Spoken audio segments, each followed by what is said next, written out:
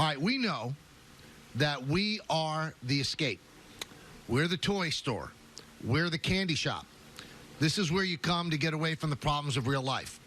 But when the problems of real life so acutely intersect with what we do, it becomes very, very difficult to avoid talking about it. Do we want to sit here and talk about a deadly disease that's rampaging around the world right now? No. We'd rather be having the fun that we usually have. We'd rather be talking about sports. But sports and the coronavirus, COVID-19, have certainly intersected. And that's what makes it tough, because sports is always our escape.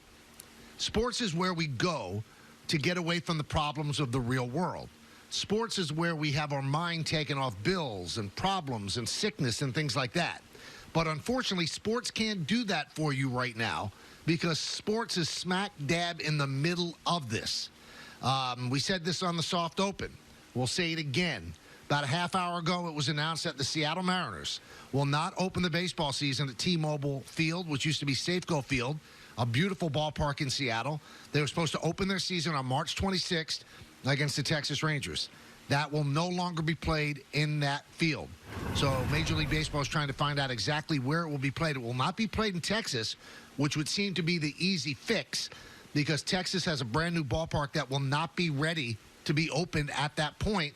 So signs are pointing that the first Major League game for the Texas Rangers and the Seattle Mariners will, in fact, be played at Seattle's spring training home in Arizona. That's just one thing. Tonight, the Golden State Warriors will be playing the Brooklyn Nets. Tomorrow, the Golden State Warriors and the Brooklyn Nets will play in front of empty seats, because the coronavirus has certainly taken a stronghold over Northern California. So people are doing their best to keep people safe, to keep this virus from spreading. Yesterday, we told you that the Ivy League has canceled the men's and women's basketball tournaments that with it carry an automatic bid into the NCAA tournament. So the teams that finish first during the regular season will just get that automatic bid rather than playing in the conference tournament. The thing that hasn't been answered yet, and it just seems like we're headed that way, and Don pointed this out a long time ago, that this was what was going to happen.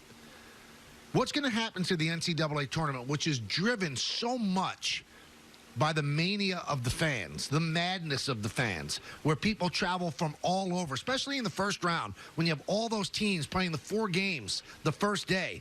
You have people from all over the country traveling to that one spot where their team is playing in the regional.